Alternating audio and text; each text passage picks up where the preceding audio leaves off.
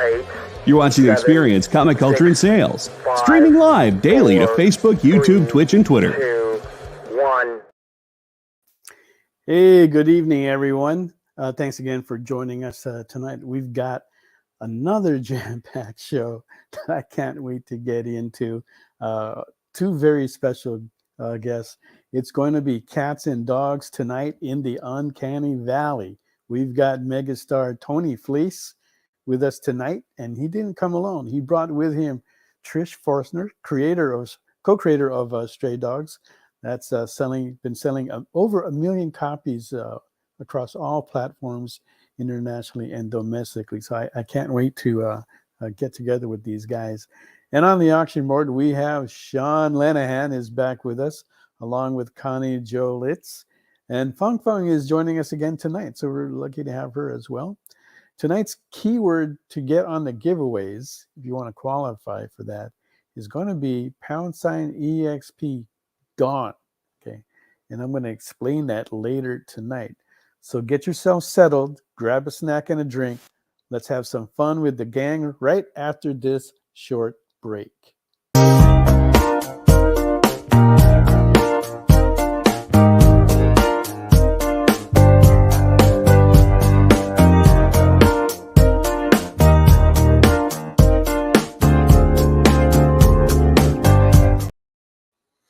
Welcome back again, everybody.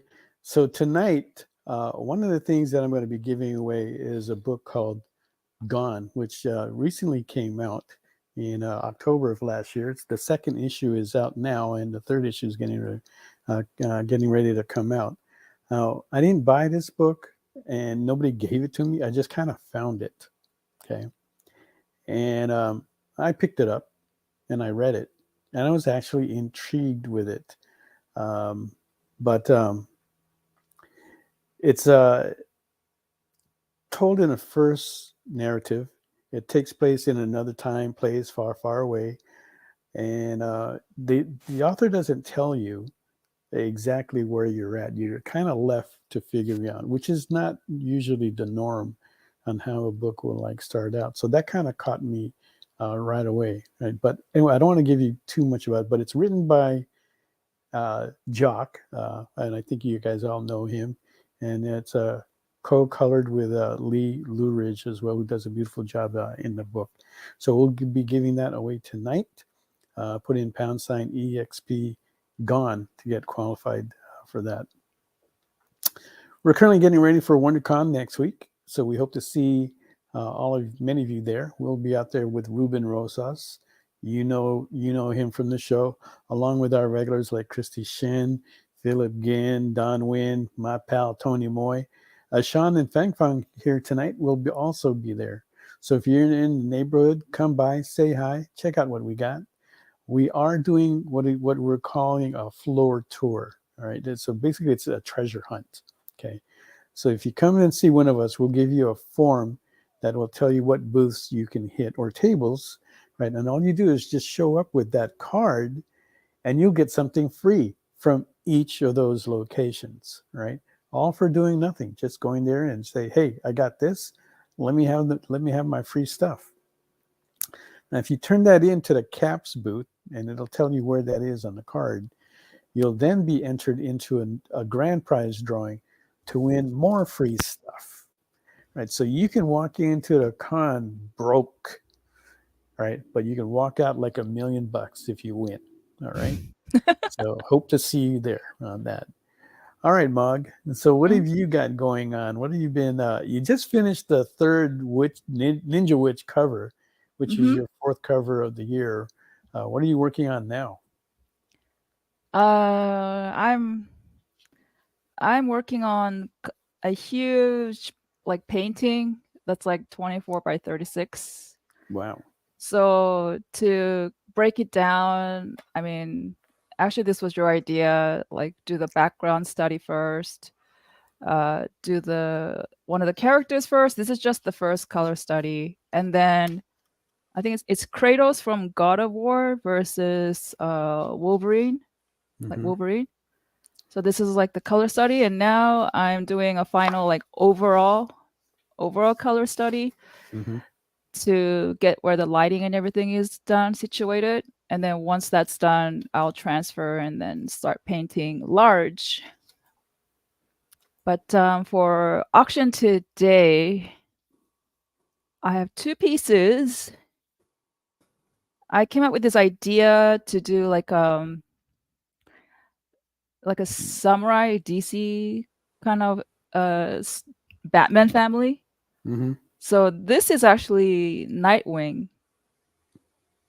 Okay. And after I was doing like some daily sketches, and after, oh, thank you, Lorena, I really appreciate that. So this is Nightwing. So if you look at closely, like there's his little sigils, Nightwing sigils here. And I made a story where he has these 2 puppies, and then there's this raccoon that took the puppy's food, like the bandit, Mm-hmm. like that. And then there's like dialogue, he's angry.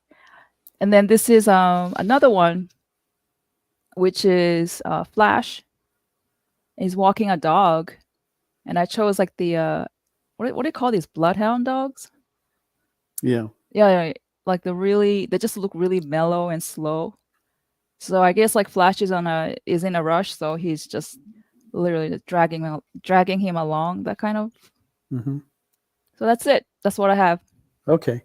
So if you want the Flash, the bidding on that is going to start at 90, and the Nightwing will start that at 60. Okay. Now Mog is actually live on Kickstarter in several areas. One is she has the Snowpaw Kickstarter, which only has like 6 days left. She does the interiors and the covers on that. There is original art in there. 2 11x17s. One is already sold. So if you look at the second one, you'll have a chance to pick that up. Thank you, Ilya, for that bid of 69. So for the Nightwing. And then also along with the Snowpaw Kickstarter, you can get a blank sketch cover commission. Yeah. Now, there's also Ruxy the Vampire. Kurt has put that back up for several reasons. A lot of people were saying that they wanted to pick that up, but during December was kind of tough, during the holiday season. Right? So it's also up for an heroic awards, right? So if you guys can get on that and vote for that, we would appreciate that, and get your copies on Kickstarter as well. Okay. And then coming up shortly after that, she's going to be, she's already completed 2 covers for Spectrus and Sabanian Kickstarter. That will be starting at the end of the month, around the time of WonderCon. And there's going to be a lot of goodies in that Kickstarter to get on. So click on that launch page, get on there, and vote for Ruxy as well. Okay. Now, like I said, tonight, very, very, very thrilled to have the guests that we have tonight. We've seen Tony Fleece at many cons, but it is sometimes difficult to talk because you're so busy trying to network with the people that are in the forefront of your projects, right? So this is the first time we're going to have a really good chance to talk to Tony. He's done an incredible job of with Stray Dogs, garnering over 1 million copies sold. He's worked on numerous amount of books on Marvel, DC, and the whole spectrum. He's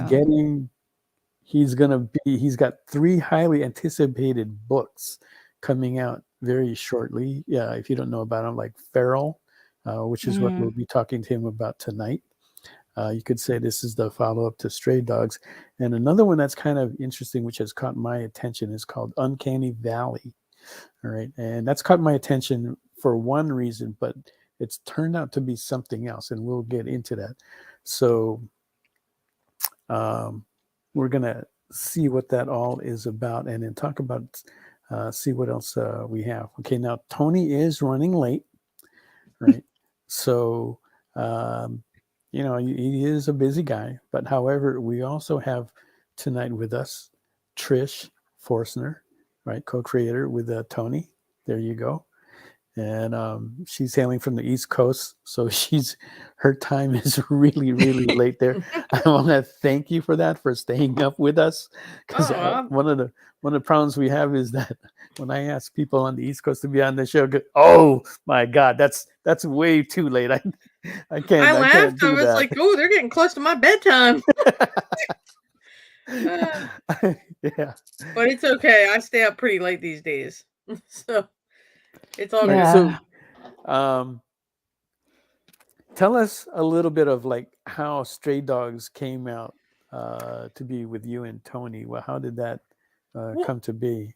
So Stray Dogs was like Tony and I. Okay, so we met through My Little Pony.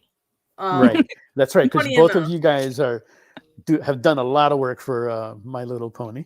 Okay. Yeah. So funny enough, we met through My Little Pony, and we of course I was a big fan of his anyway, because he drew for ponies and I wanted to at the time, because I was just getting my feet wet into comics. I mean, like, I've been into comics for many years, okay, but like not your Superman or your Wonder Woman, even though they were great, or and Batman and stuff.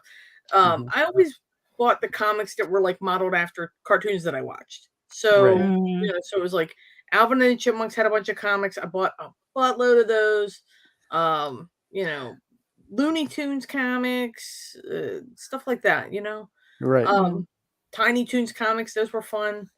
Donna, you get any of the Donald Duck stuff? Oh yeah, Donald Duck, any of the Disney comics. Donald I was Duck, super into that. Tom and Jerry, Little Mermaid. Yeah. I've got I mean, and I like had these back in the day, and then of course, I didn't know about them when I was collecting them at the time. Like, I didn't know about comic collecting as an industry. So I'm like, crud.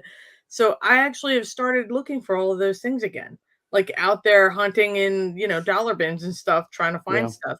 And I have, and the good thing is, like, through Stray Dogs, I've encountered a lot of people who I've met who've been very generous, and, they've given me books.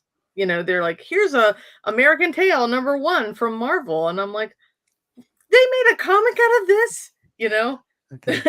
Yeah. And we're in a better time now, okay? Because back then, during that time, I was a retailer, right? And even though they weren't like, up there with the better sellers, right? But they were books that were consistently asked for when parents came in with their children, okay? One of the books that I always tried to keep in stock was, because during that time, Little Mermaid was a hot thing, right? So I would always constantly be on the lookout for like Little Mermaid books just to have it, because whatever I had would sell out really quick. There wasn't really that much. The production runs weren't. They were greater back then, but during that time they were at a smaller production run, so it made it difficult to find. Even in the cheap bins, they're just too hard. But today, that has changed, right? We see more of these type of books. Actually, there's a lot of books, comics, several now on dogs and cats, right? But Stray Dogs is at the top. It's like the king of the pack. I feel like Stray Dogs started something, or brought something back that, I didn't realize it at the time, okay, because I was so new into comics, like into the industry. I was just getting started in illustrating in comics. So Tony like really took a chance. Like when we were at a convention together, it was my first time being a guest. I had done a few covers and stuff for My Little Pony and a couple little interior, like 10 pagers here and there. Nothing major. So he really was taking a chance asking me, but I had done a piece to remember a dog that I had, and it was like modeled after like All Dogs Go to Heaven, where Charlie's up in the clouds, and it was I drew my dog instead of Charlie up in the clouds. And he was like, this is a really cool piece. Like, I want this art style for my next book. Would you be interested? And so then he pitched me the first issue, and I was kind of really hooked in. Like, it was a complete story when it came to me. We just needed to bring the characters to life. So I designed all the characters, got on them right away and hustled. Like, the story was so great. Like, it was just so compact and like just fast paced, just timed out really well. I don't know how else to really explain it except that it was like the perfect story, you know. And the fact that it was so innocent, you know, it looked so innocent. It was just the perfect like combination of it's kind of like when you get sweet and salty at the same time. It's kind of Yeah. like Yeah. that. Yeah. But yeah, so Stray Dogs was a beautiful masterpiece. And Mhm. actually, you know, like there were a lot of things that I wanted to do back when we were making that we didn't get to do, A, because of COVID, and B, because I Mhm. didn't know that I could do these things. So now it's like I can do anything. So now I'm, you know, I'm working on, you know, for Feral myself, I'm Uh-huh. designing a plush of the main character. Like I'm designing a toy Mm. to have made. I'm working on that. I'm working on, you know, different pieces here and there just to make sure that I have some, like, if you look at my Instagram, I'm kind of making like a feralized Disney characters. You know how everybody was like doing Venom, Yeah. like Venom, Yeah. Yeah. Venomized, this and that. Yeah. So Yeah. I'm calling it feralized because, you know, whatever. Okay, Uh, gotcha. Ah, Yeah. okay. I kind of there was something like that happened when Cats came out back in the 80s, right? mhm. And then you started seeing like things were being made into cats. So it was kind of like similar to that. Yeah. But dogs and cats have captured our attention for a very long time now, more so now than ever before. You see the postings, you see there's all these cute little memes and videos on them, and I got to be honest, and Mog knows these. I'm constantly looking at those and sharing those and showing her. Oh man, look at this one. Oh God, look at this. Yeah. This is too cool, Yeah. too funny, you know. You do. And we're more open that with our relationship with our pets, with our dogs and cats, we now say that they're family, right? People feel so Mm. connected We to are, we these are. stories because they like, you know, like I mean, for Stray Dogs, you could feature your pet being in that story or in that Yeah. Easily, situation. Yeah. And easily. Okay. so, and like in the back of each issue at the time too, we also put viewers or like readers' dogs. Like Mm. people would send in Hmm. pictures of their animals, and even if they didn't have a dog, they were Right. like, this is my dog, but it was like a cat or a bird. Right. Yeah. Like, like I love all animals, great and small. You send me any animal, I Okay. love them to Yeah. death. And So our attachment to the animal starts early. I know for me it did, right? I watched Old Yeller, right? And yeah, Yeah. boy, that was a baller. I Yeah. read Where the Red Fern Grows.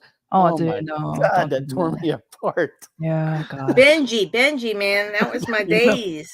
you know. Oh God. So if you're looking for an emotional read, um, these stories of these pets that we care for always seem Yeah. to touch our hearts, right? Mhm. So the board is kind of going wild, and I am sorry that I haven't been able to keep up with everything. And you know what? I'm kind of getting carried away actually because I should have brought in our other guests by now. But Yes. Oh, so everybody. Yes, they need their time. You know, we're all sitting here yeah. chit-chatting about animals. They could probably contribute to this. Right, Yes. right. But Yeah, Yeah. for sure. So first up on the auction board, we have Sean Lenahan. Let's Oh, bring hey. in Sean. Hey, Sean, Hello, how's it sir. going, buddy? It's pretty good. How are you guys doing? All All this right, right. You ready cat for talk? WonderCon? We're all. I'm gonna be selling a lot of original stuff, and then Nice. prints and everything else like that. And Mhm. a few of my friends, you guys included, Mhm. but other new friends, they're gonna be showing up there too, or when pop Mhm. up. So I'm excited for this one. I feel like it's gonna be a pretty fun show. But yeah, so I'm drawing Black Cat. You ever Oh, go through your nice. old drawings and you're like, I forgot about that drawing. Mhm. I Yeah. actually wanted to do, yeah. So that's what happened. I found this drawing, and I was like, yo, I really wanted to ink this. I should have done Yeah. this a long time ago. So I'm inking Black Cat, and All then right. I also have, because Rebirth came out right for Final Fantasy VII. I have oh like snap, Vincent. Oh, I love this. Vincent. God Here's damn a it. Yuffie I did for fun. Oh, Here's a Cloud, and then finally Oh, sh- Tifa. All right. So Tifa. if anybody wants to get those off my hands, go ahead, because Final Fantasy VII is like one of those things that like I'm always gonna draw, you know, like just because I don't know, I've played that game so many times in my life. Me too. Every version, every iteration, every time it comes out, every time they release a new expansion or anything, I'm just like there for it. Yeah, dude, it's just the new one, the new Rebirth. Oh my god, the music It's is so beautiful. It's like Chef's Kiss 1000. So yeah. Wow. So Wow. I wanted to start the auction price for my black cat at 80, and then the Final Fantasy 7 ones, you know, let's start them at like 50. What do you so what do you have again in Final Fantasy? Final Fantasy 7, we got Vincent, we got this red drawing of Yuffie. This is a really clean one. And then we got Cloud right here, and then we also have Tifa. Tifa's got a little. So those are all starting at 50, right? Yep. So I got that down here. You really have a nice style, Sean. It's all right. Yeah. By the way, Ilya got your stuff, and he said he loves it so much. Oh, good. Okay, and Derek has placed a bid on your black cat for 80, so you're up on the board. Thank you, Derek. And then let's see, Moggy had 69 on the Nightwing from Ilya. Very early, Ilya. Good job. All right. Okay. And also, next we have Conny Jolitz from Hawaii. Hi, how are you guys doing? Hey, hi. How are you doing out there? Well, we're still got the sun up, so there you go. We still got it nice and sunny. All right. And yeah, your Kickstarter is still going, right? Yes, it is. Actually, we're doing an ashcan format Kickstarter that's still up for about 9 days, I think. Right. I put the link up in the chat there. Maybe I can put it up. Okay. All right. JD, so JD will be bringing that up. I did the pencil interior for it. It's called Dracula 1944. It's a short story about Dracula being in exile in France in a lonely little abbey, and he's getting woken up in the middle of World War II with the Germans all around, and he's waking up and he's not amused. So I've got a lot of blood and mayhem and really fun stuff. And I just last weekend finished the last page of it, and that was really a fun page to do. It was the last action piece. Oh yeah. With impaled bodies and soldiers vomiting. It was awesome. Yeah, that's totally in your genre that you love because you're such a horror fanatic.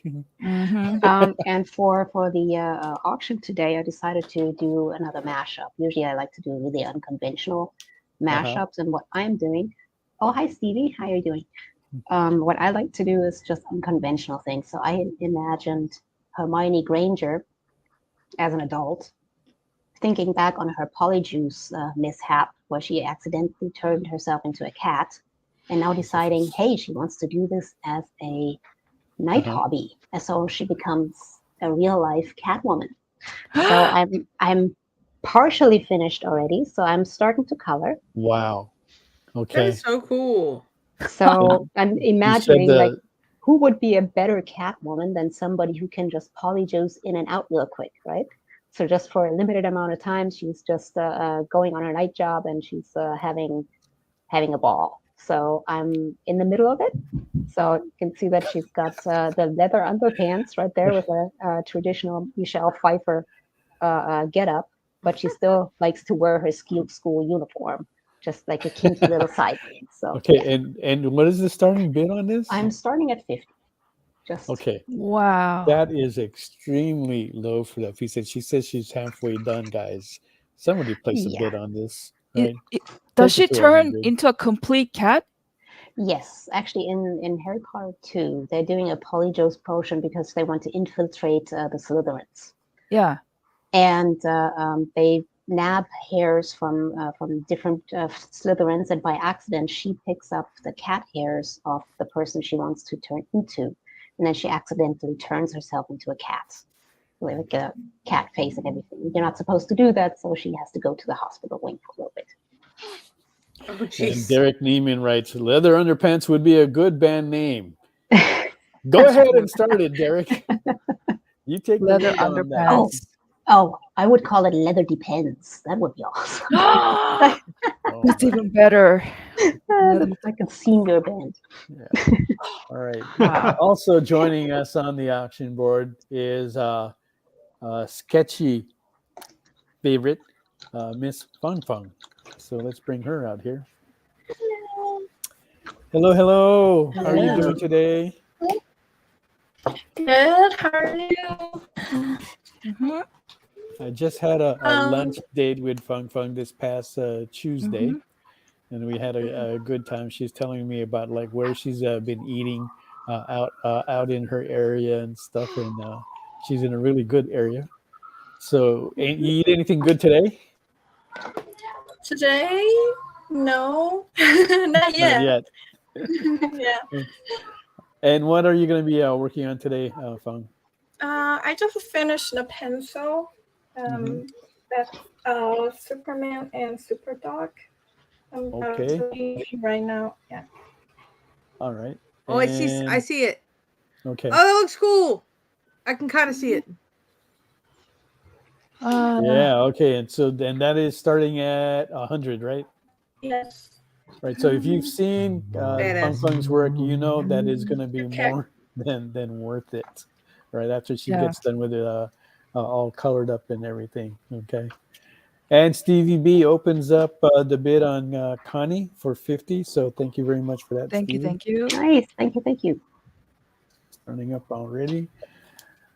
Okay. And then, like I said, if you want to get on the giveaways today, put in # EXP gone, and what we're going to be giving away tonight is a copy of just that. Is this book called Gone? It's out by this new company called Distillery. I think that's how you pronounce it. There's no vowels in it. This is written and created by Jock. You guys all know him, and with colors by Lee Luridge and Jock. Very interesting read, something that I'm kind of recommending right now. So if you do have a chance to pick it up elsewhere, get a copy. They are selling pretty quick.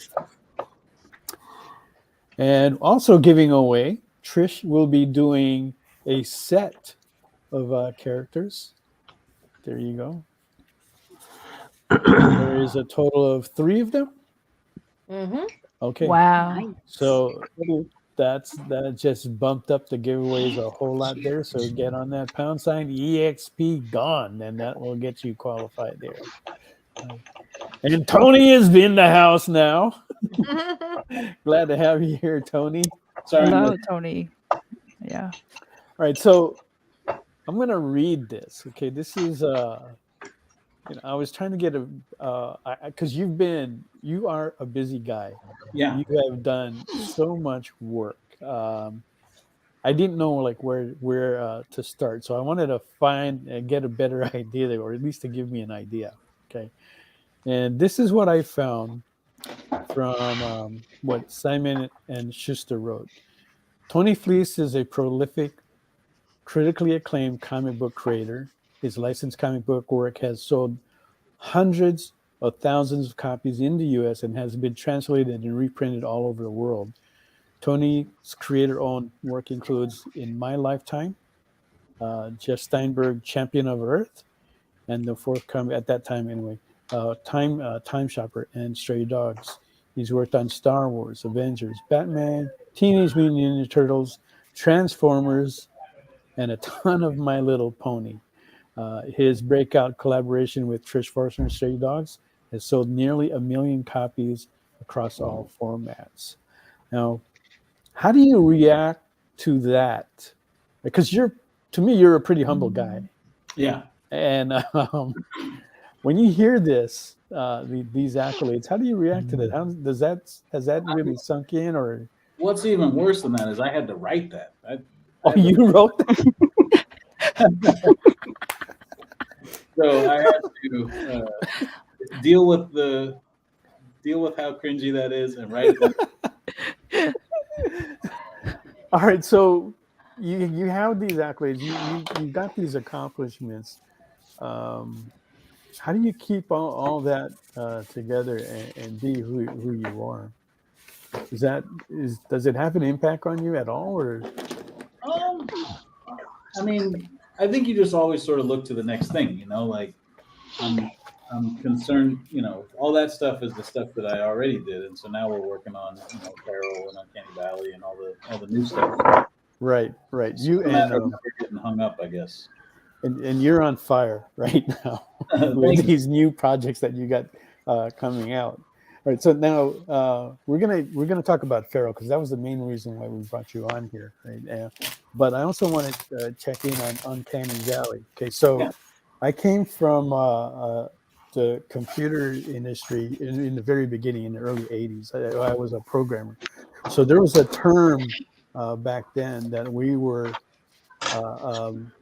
talk about, like where exactly this industry was going, right? And how it was going to develop into robots, AIs, and you had Blade Runner at the time. So there was a term that we were using that was called Uncanny Valley, right? And this was basically a way, what somebody had used, I think it was this Japanese lady, used to describe feelings that you would get towards kind of like an AI robot, okay?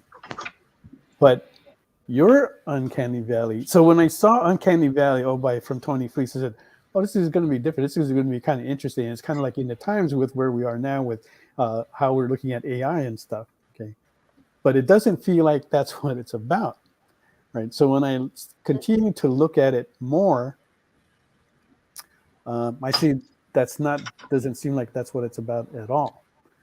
So fill us in on that. What is that? What is that? Well, So yeah, Uncanny Valley also describes, it's a term used to describe like computer animation or computer graphics, and it's the same kind of thing. It's that it is okay that you get from something feeling too realistic but not quite, you know, like it's that space between, you know, like I guess like the singularity or whatever. All right.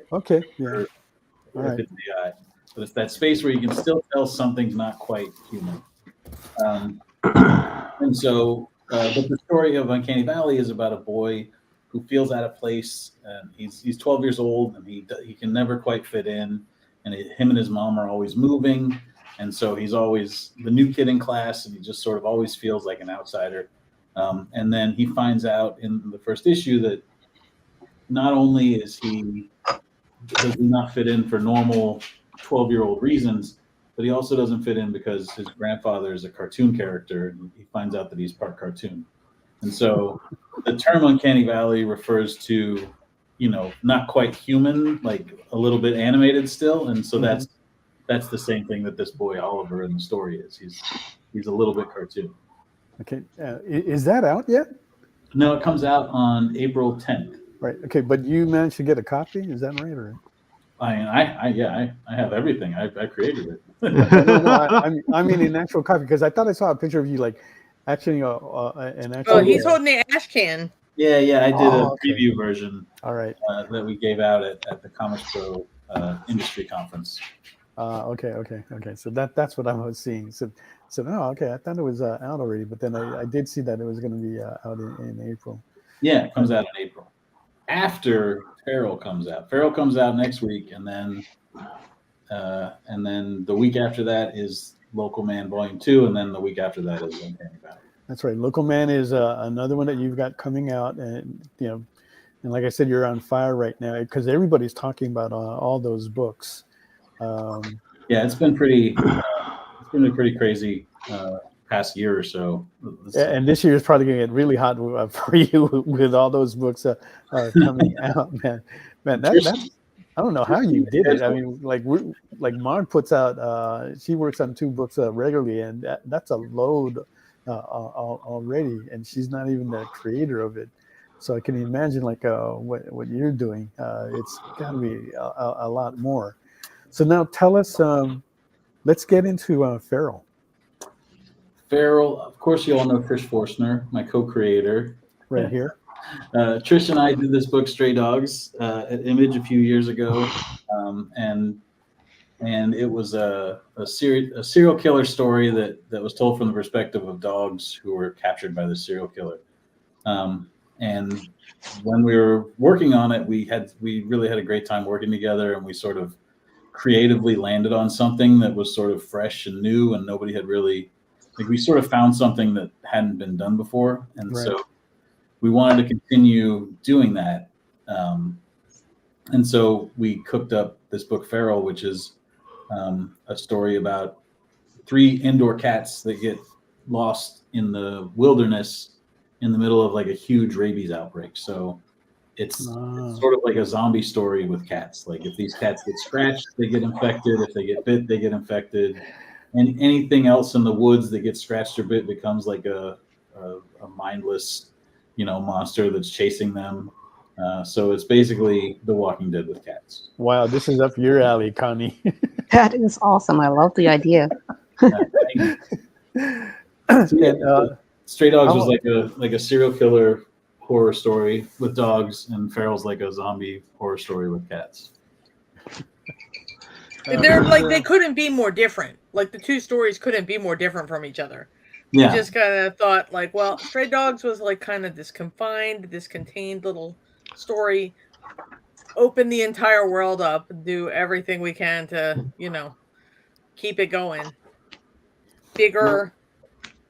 There was a one con that we were at, and we were talking to I forgot that guy's name. He was a writer for Marvel, and Mog at that time was drawing a cat, right? And he asked, "What is that for?" And I said it was mainly for like a commission. And then we started like joking around, like, "Oh, they got stray dogs over here. Maybe we should do a cat series."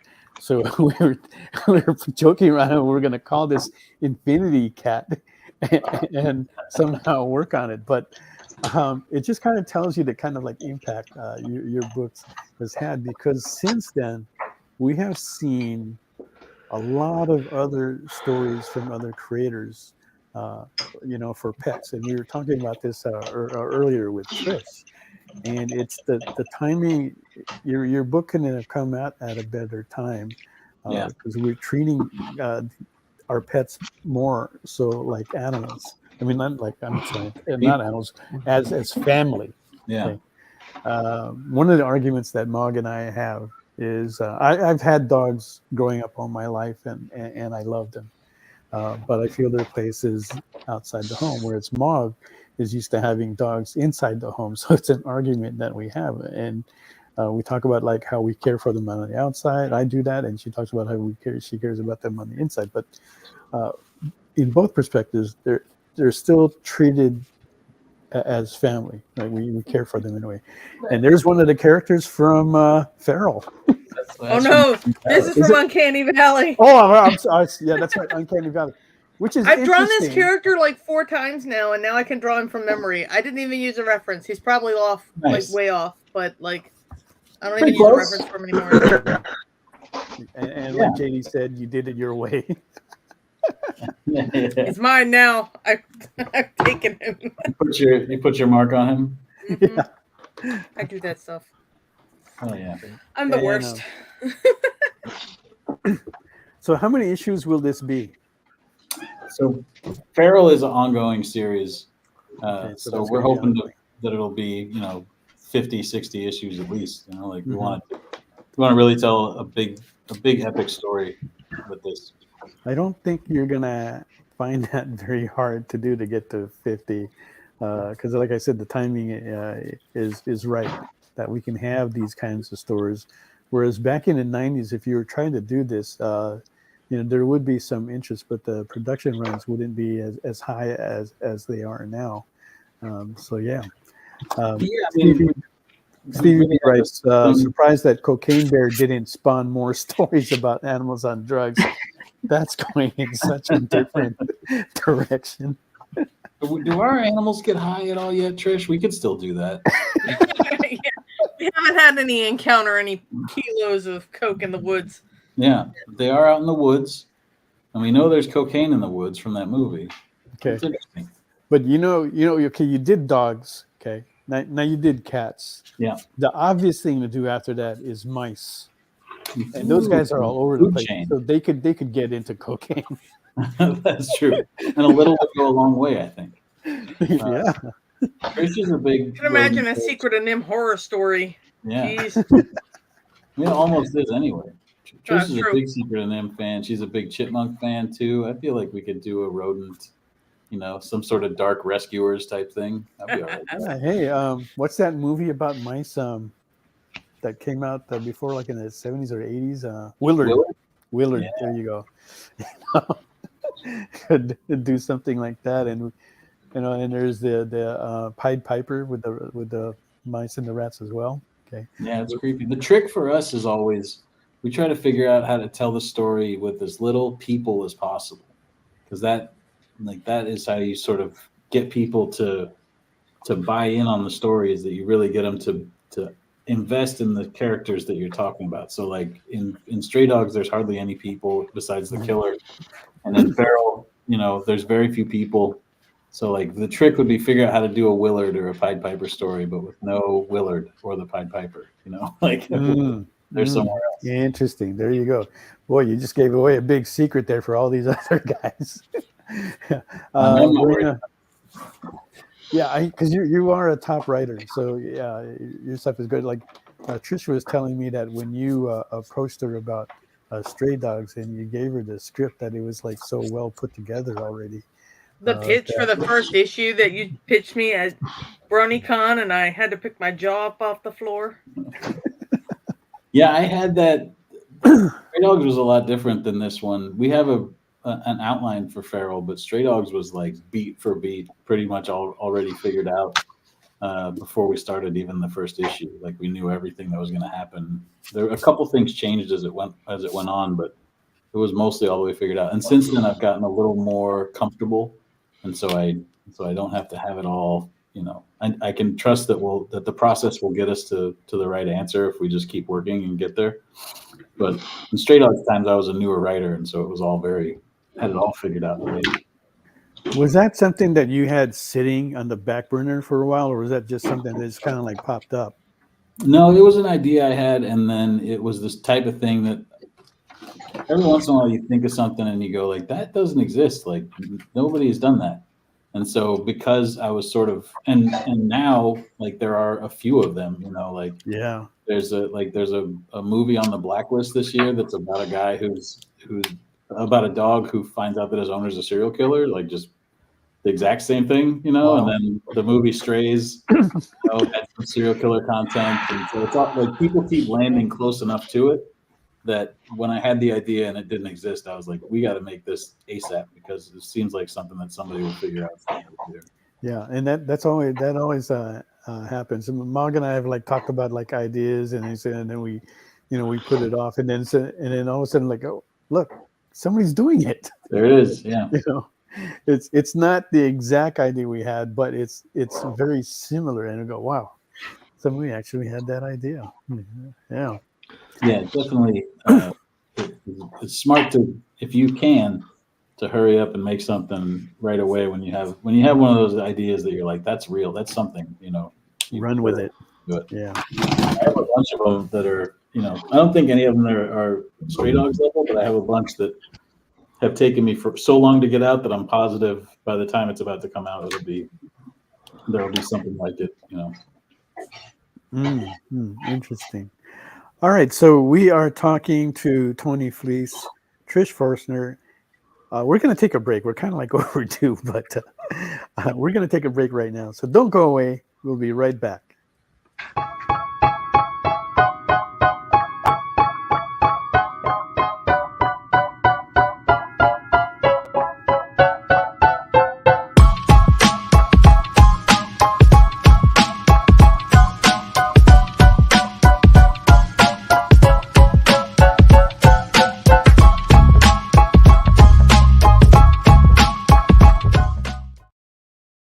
Symphonic verses, Nocturne's romance. A song of romanticized darkness, dreaming death by sleep.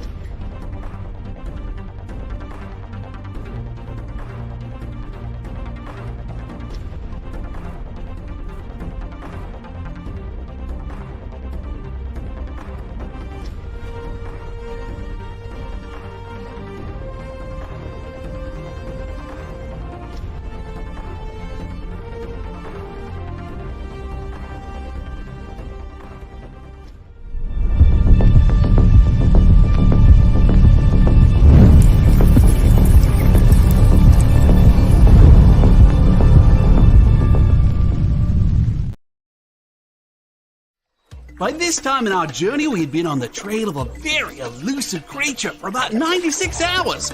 But all the hard work is about to pay off. Oh, crikey, there she is. Oh, by the markings, I'd say this one's at least a 9.8.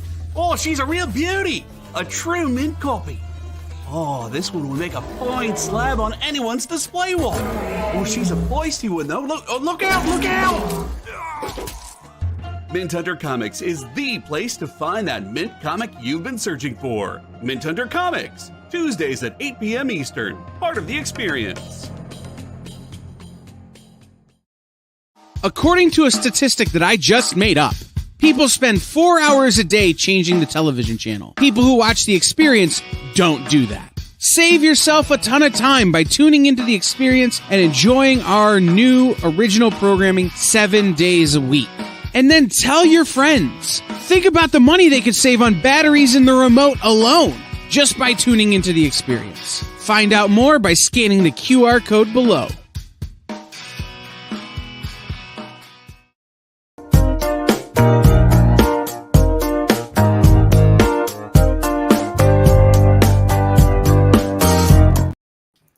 Welcome back, everyone. Thanks again for joining us here on SketchUp. If you hit that follow button, and help us get to our next goal of 3,000 followers. Once we get there, like we did the last time, we'll be giving away more great prizes like those CGC slab books, right? So tell all your friends, your neighbors, your church buddies, your bar buddies, bring them all over, hit that follow button, help us grow the channel so we can bring more wonderful content to you. Okay, so let's go around the board and check how everybody is doing. Now, Trish tonight is going to be, is not on the auction board, but she has these to give away, right? And so one lucky person is going to get all that, okay? So put in #EXP Gone. That will get you qualified to win that, along with the Gone trade paperback novel, graphic novel that I have here as well. Okay, there's another good look at that. All right, let's go over to Mog and the pieces that she's got there. Okay, the Flash, I believe, already has a bid of no, not the Flash. The Nightwing already has a bid of 69 from Ilya. And we are still looking for a starting bid of $90 for the Flash. So if you want those, go ahead and just put that bid in the comments. Then you also have two pieces that you wanted to show, other pieces that you want to show to put up, Maud. And these are just to be claimed. You're telling me about the Darth Maul and the... This one? Oh, yeah. Okay. It's kind of hard to show because the camera is like really. That's the Goblin Queen. Yeah. Okay, this is like, I guess I can do sideways, but I can't really because it's limited. So it's like an 11 by 17. Yeah, 11 by 17, it's full. And that is 500. So if you want that, go ahead and claim that in the comments, and that will be yours. And then what was the other one you had? I think I got this one here. Okay, I don't know if you can see it. Again, it's like cropped. Maybe if I can make it smaller. Okay, that's a 8 by 10 piece. Shogun Darth Maul. And that is, you can claim that for $100 in the comments if you're interested in that. All right, and next up we have Connie. Oh, let's see. Already has a bid on that for 50. Oh, and she's already working on the colors. Hermione Granger as Catwoman. That's so cool. Okay. They were both. I mean, everybody's art is so good. People who can paint like mesmerize me. I usually just use markers or like like Photoshop for colors, and damn, y'all are just killing it. And she has a cat coming over on the hip there too. Mm-hmm. That's kind of like, what are you looking at, you pervert? Yeah. All right, so that has a bid already from Stevie B at 50. If you want to put a bid in for that, we are looking for the next bid of 55 or more on that. Okay, and Fang? Working on it. Okay,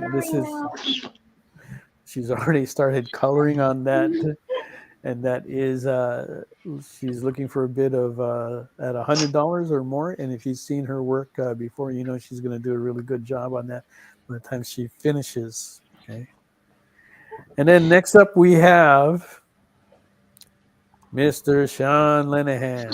Hello. Working on Black Cat. Black Cat. There you go. Yeah, there's a lot of cat stuff happening today. There is. Okay. I didn't know that. I mean, it's like there's a theme. I didn't plan that. I was like, I had this Nobody little drawing. Who knew? Nobody did. I had this little drawing, man. It was like, all right. And that already has a bid of $80 from Ilya, I believe. Awesome. Correct me if I'm wrong on that. And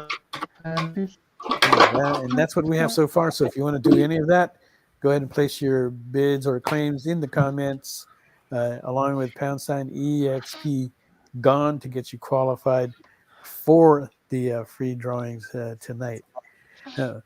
Tony, you are, with the amount of work that you're doing, you're also putting yourself out there, making many appearances, right? Yeah. And I saw the list and I go, wow, man, that is a tight schedule. I'm So praying tell us for him. Yeah, still, it takes time, you know. If I was just doing those signings and not making comics at the same time, I feel like it would be plenty. But we're also there's no breaks. I'm still also writing all the books and drawing all the books. So yeah, I don't know. I mean, here's what happened. I'm already making Local Man. That always is going on. I'm always promoting it and working on it. Mm-hmm. But then we launched Feral and Uncanny Valley, and because those are from two different companies, they didn't really coordinate, enough time in between the two of them for me to get any downtime. Which, on the one hand, is kind of, I think, in the long term will work out okay because I can just do one signing for everything, Mm-hmm. I can go out on this one sort of like blast and sign stuff for Uncanny Valley and Feral and Local Man and sort of just take care of all that stuff at the same time. But on the other hand, it is going to be exhausting for the next month. It is real crazy. Yeah, because you're here. A lot of it is here in California. Okay. Yeah, a lot of it's just hitting shops that I either have been to before or places that I promised that I was going to go check out and that I haven't been yet. Right, because I saw that you're at Collector's Paradise, you're at Nowhere Comics, you're at 4-Color Fantasy, right? And those are all like great stores. Collectors, 4-Color Fantasies in our neighborhood. So if we have a chance, we'll come out there to see you. Yeah. But have you been there before? No, that's Chris Brady's, right? Yeah. Yeah, I know Chris, but I haven't been there, I don't think. Okay. Yeah, he does a pretty good job running the shop and promoting. He's got a good turnout for Free Comic Book Day. We won't be there this year, unfortunately, but he does he's very good at promoting people in the books in his store. So it's good to see that you'll be there. But then same thing with like Matthew at Nowhere Comics and Collector's Paradise. Those are other good shops to be in as well. Yeah, they're all real good retailers, and they all have been very supportive of not just these new books, but always always going back to Stray Dogs and stuff. So right. And then you're shooting out to the East Coast where Trish will me and Trish, we're going to sign together. I think for the first time at a store signing, right? Like, wow. Yeah. That's a treat. We did Comic-Con signing together, but I think that's the only other time. Yeah, we did the Comic-Con 2021 with Image. Okay. And then we haven't been in the same place at the same time since 2021. Is that true? No, we were hanging out of Baltimore. Baltimore Comic-Con, yeah, I guess that's true. Yeah. You're right. It's really late here. I'm romanticizing this. short-circuiting. Don't worry about it. So, are you going to be coming down here to California, Trish, this year for like WonderCon or San Diego, or I not? wish. You know, I mean, I could. Yeah, you know, we got a spot. Yeah, I mean, I could. Mm-hmm. Yeah, we're doing All Yeah Comics in Harrison, New York, and then and then the very next day we're driving down to Trish's Third Eye Comics in Annapolis. Yeah, to Third Eye at their flagship store. Yeah, and I haven't been to any Third Eyes yet, but I've dealt with them for years because they were doing covers with us, like going back to My Little Pony days. Third Eye did a My Little Pony cover? I think they did. I'm pretty sure I did something with them way early on. Wow. Yeah. Steve never told me. That's exciting. Let's see. Have you been to that location before, Trish, in Annapolis? Oh yeah, I go there all the time. I love that store.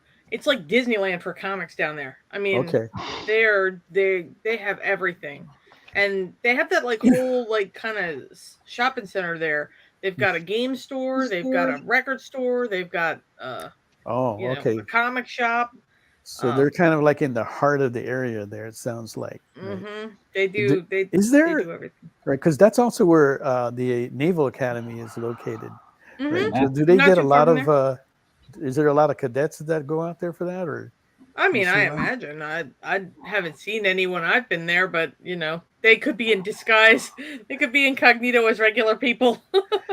I don't know. They're going to be easy to spot because they've got the shortest hair. I usually see like when I go to Annapolis Mall, which isn't too far from there, which is maybe within like 5 minutes. And I usually see like the folks from the naval base. Yeah. Or from the academy.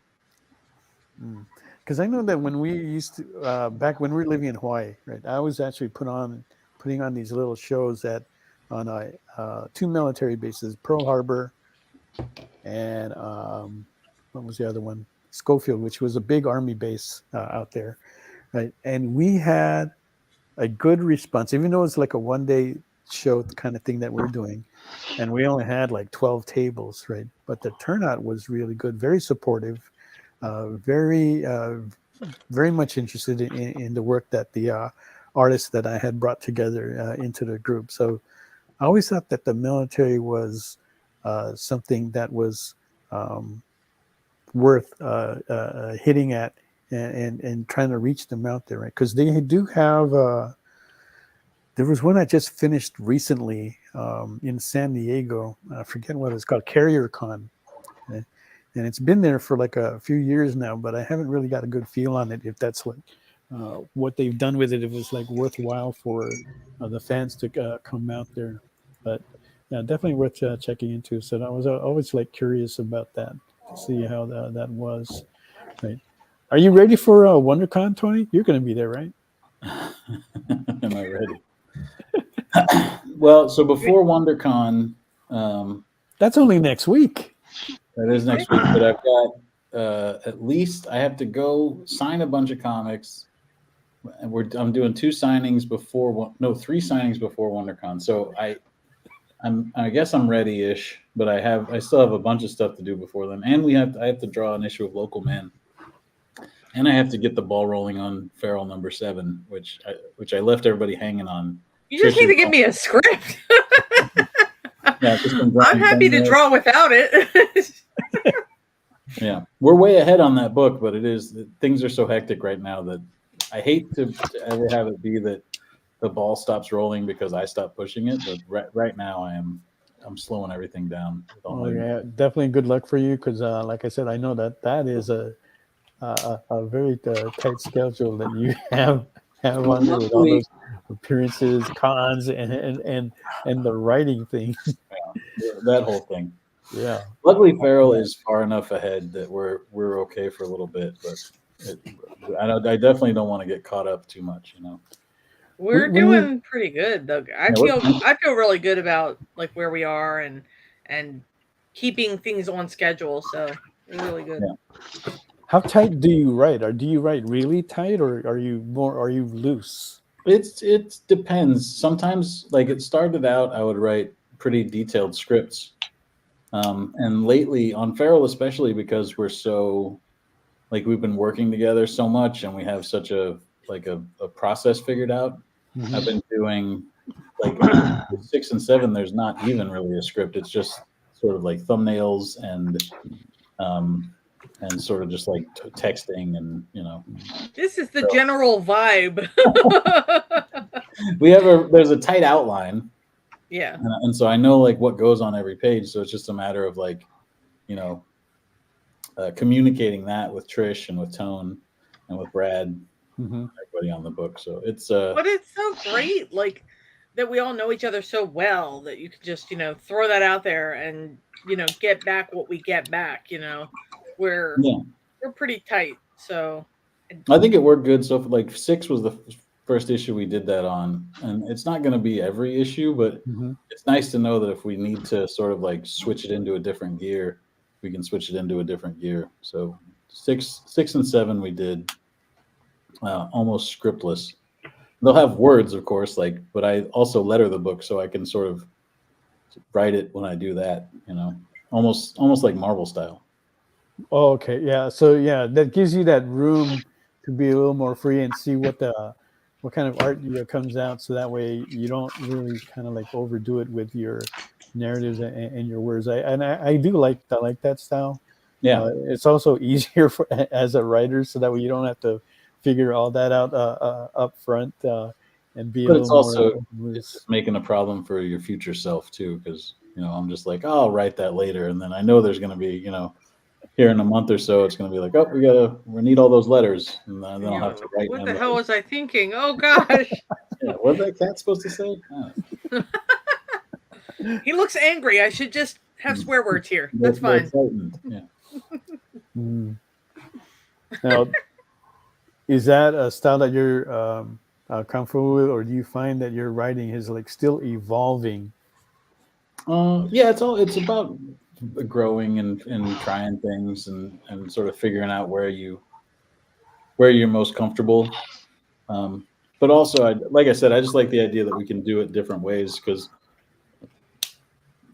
Feral's going to be an ongoing story. The idea that like we don't have to do every single issue the exact same way, and it'll feel different too. Like the first story that we did this way is a all point of view issue, so it's like those TikTok videos where like the cat has a camera on their collar.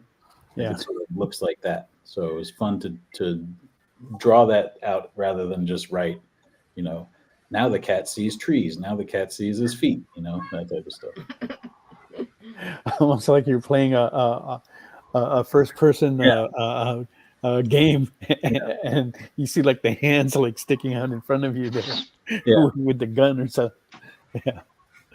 Yeah, first person shooter mode. Right, yeah. So now, where do you get a lot of your inspiration from these? Do you have pets yourself? Yeah, I mean, I got a dog, Baxter, here. He doesn't really inspire me so much. He just distracts me and makes noise while I'm trying to do these podcasts. But when we were working on Stray Dogs, definitely a lot of that inspiration came from my dog at the time. You better leave your manager alone. Don't you give him no guff. Oh gosh, he's over. Yeah, he's doing very important crate work right now. Oh, look at that! Some managerial supervision. Yeah, he's got a good eye on you. Yeah, he's keeping. Well, he can't see me at all. He's going blind. Aww. He's over there hanging out. We love Baxter. We do love Baxter. And then Trish, her dog Eve at the time too was a big inspiration for at least one of the characters. But you could also just tell that the way that she was drawing those dogs and Stray Dogs, you could tell that she had spent a lot of time like paying attention to her dog. Like she just had it figured out how dogs moved and how they, how they were put together. Neither of us have cats, but I have a family of cats that lives in my backyard, and I feed them treats, and they crawl underneath my house and live under there and pee under there a whole lot. I thought I was being like a good neighbor to these cats, and then they really betrayed me. They're like, this is our place now. Yeah, they really stank up the joint. They gained those squatter rights. Yeah. My sister and aunt have like 17 cats, and they feed a bunch of feral cats. So I always had cats growing up. So like I love cats, and I actually learned how to draw cats before I learned how to draw dogs, which was funny that I did a dog book first. But you took time off from drawing cats to do that Stray Dogs, that little bit of business. Exactly. It was just a gap. It's just a gap in my resume. Yeah. From drawing cats the whole time. So Drew Moss, who works on Gargoyle. Drew Moss Thundercats? Yeah. Is it tough managing deadlines, shows, and signings? Does it affect your creative process? Oh my gosh. Yeah. Yes, it does. Yeah, it's tough for sure. I mean, when I was doing, like when Trish and I were working on ponies, I worked on ponies for a lot of years, and it was a lot of like heavy deadline work, and then also a lot of constant conventions. So I sort of got used to that. Like I sort of got up to a speed where that's how I was always running, and it slowed down the pandemic slowed it down for sure, convention wise. And then I just didn't have as many work for hire comics like that. I mean, I always have deadlines, but I remember those pony deadlines were brutal all the time. So the positive side of it right now is that all the deadlines that I have besides Army of Darkness are like for stuff that I own. So it doesn't affect the creative process as much because I know that when I'm working that hard, I'm like, it's basically like building my own house, right? Like and that is easier to keep, at least for me, it's easier to keep my spirits up and keep inspired and keep going when it's like, well, this is for us, we made it here, so we're doing this. Right. But it still becomes a balancing act with all the projects that you're on, right? I don't have any personal life. That's the important part that I did not include in this. Is that I don't I don't have any. Going outside is overrated. I go out to the movies once a week, and that is it. I don't I don't have a girlfriend or anything. I just chill here at my house and make things. I was talking to Matt, right, from Nowhere Comics, right, and he's telling me, I got to go stop by Tony Fleece's house and pick up some stuff. Because he's too busy to come out. He can't meet me. Yeah, they came through. They him and Joel came through. And signed a bunch of stuff. That works out great for me because it does not slow me down on my work, and I can just if they need stuff signed. Right. Yeah. Come here to the factory. Drew also does great work on gargoyles. Oh yeah. Yeah, and we're going to have him here as well on April 11th. So you guys out there be watching for that. That's going to be another exciting episode. I can't wait for that. Drew constantly is here watching in the show, tapping into it. So I do appreciate that as well. So it'll be another exciting episode. Anyway, so our last Gargoyles cover just came out too. Yeah, so there's going to be a lot to talk about, and the fact that he's I believe he's in Canada, so that makes it kind of interesting as well. And then next week we have Sam. God, I've forgotten what his name is, but he's going to be coming from the UK. So we'll be excited to have him on here as well, too. And I'll tell you more about him in a bit. But right now, we're going to go take a little commercial break, and we will be right back. To be continued. 3 little words that hold the secret to the next great story. 3 words that will thrill you, confound you, give life to new possibilities. Every variation of To Be Continued is a promise. A promise of adventure. A promise of excitement. A promise of unseen wonders and unexplored worlds. A promise that every issue you read makes you a part of a never-ending journey. And behind every page, there will be an unopened door waiting for you. This story to be continued at your local comic book shop. Visit comicshoplocator.com today.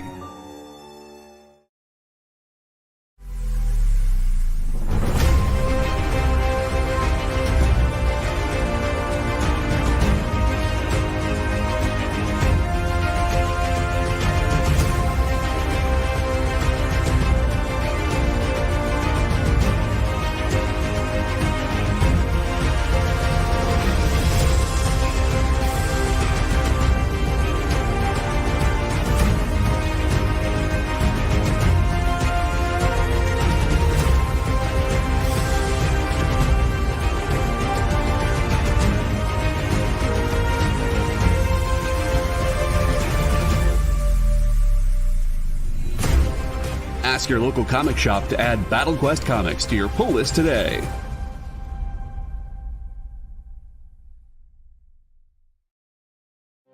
My name is Mark Weiss, and I am the founder and president of an organization called Comic Books for Kids. 6 years ago this month, we embarked on a journey of passion and heart. Our goal was to make a difference for children in hospitals and cancer centers.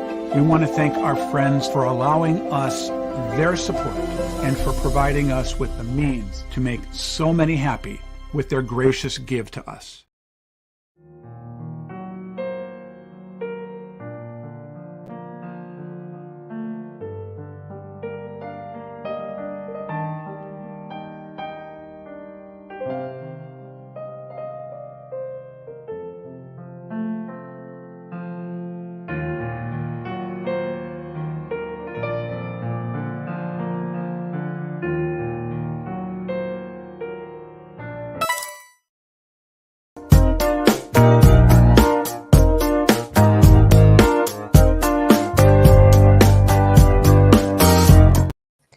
Welcome back, everyone. Drew Moss corrected me. He's actually in Virginia. So sorry about that. I thought he was in Canada.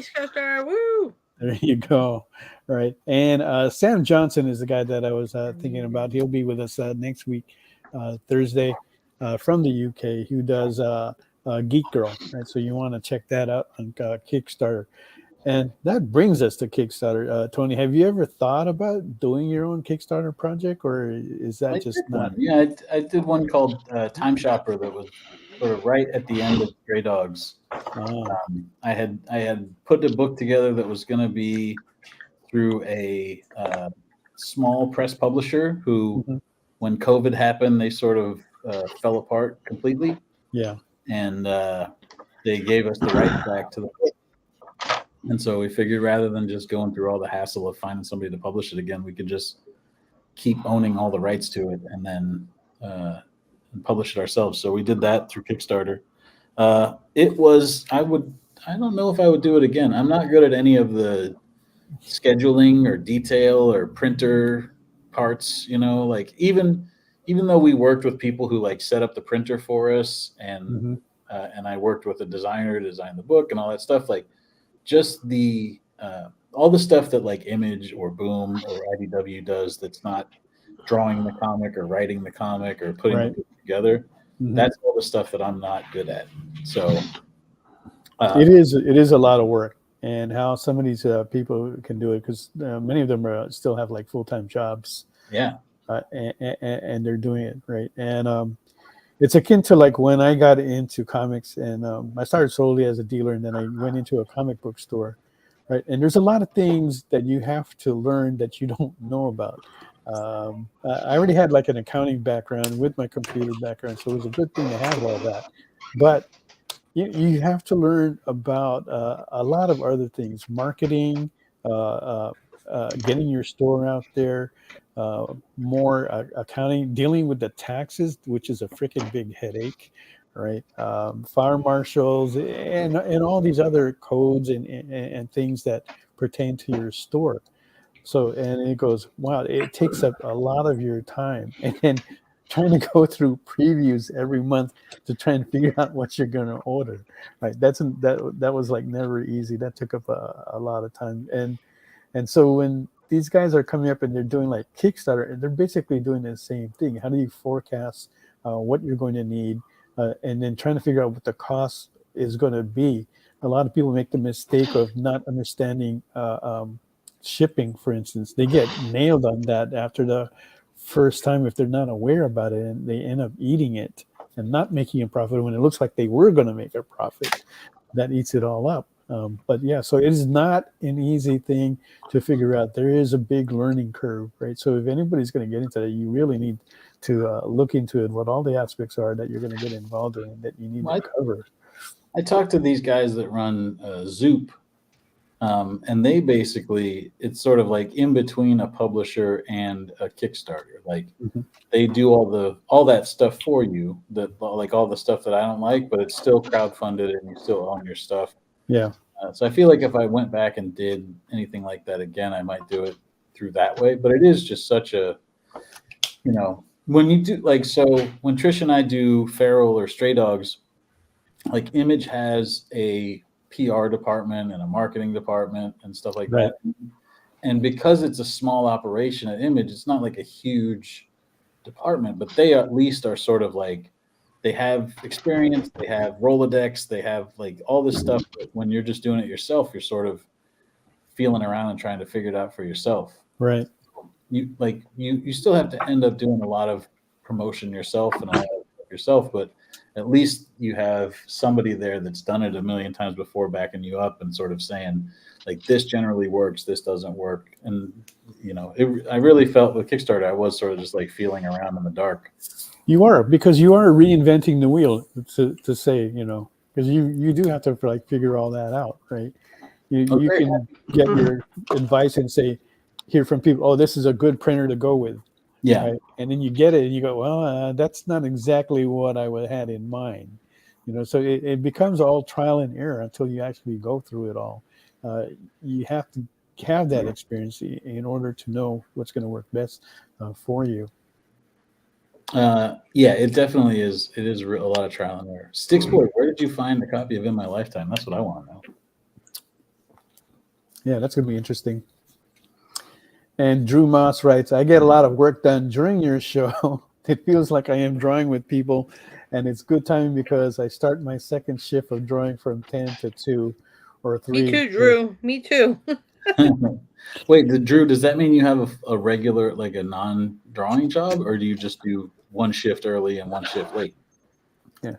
Drew, by the way, has a signing this weekend at Ultimate Comics on March 23rd. Ah, okay. What about you, Tony? Are you the vampire that draws at night as well, or? I used to be. The older I get, and when I moved into this house, I made it so that my bedroom didn't have like blackout curtains, and so it get like when the sun comes out, my room gets bright, and so I have to wake up in the morning generally, which I think has been helpful. Oh, that's interesting because Mog sleeps in a room. It's the brightest in her house. It gets hit with light, and she tries to. I do the same, so that way she can get up early. Yeah, she always gets up late. The room faces south, so it's like the brightest room, and it's on the second floor. Now, what's late? Huh? How late is late? What are we talking about? Oh, when I wake up? Yeah. Let's say today I woke up at 11. Oh man, so you really can't just sleep right through that sunlight. Yeah. But then the thing is, I do go to sleep late though. I go to sleep around like 4. Yeah. In the morning. Well, last night you went to sleep at 1. Okay. No, actually I stayed up till 3:30. Okay. You fell went asleep. To sleep at 1. Yeah.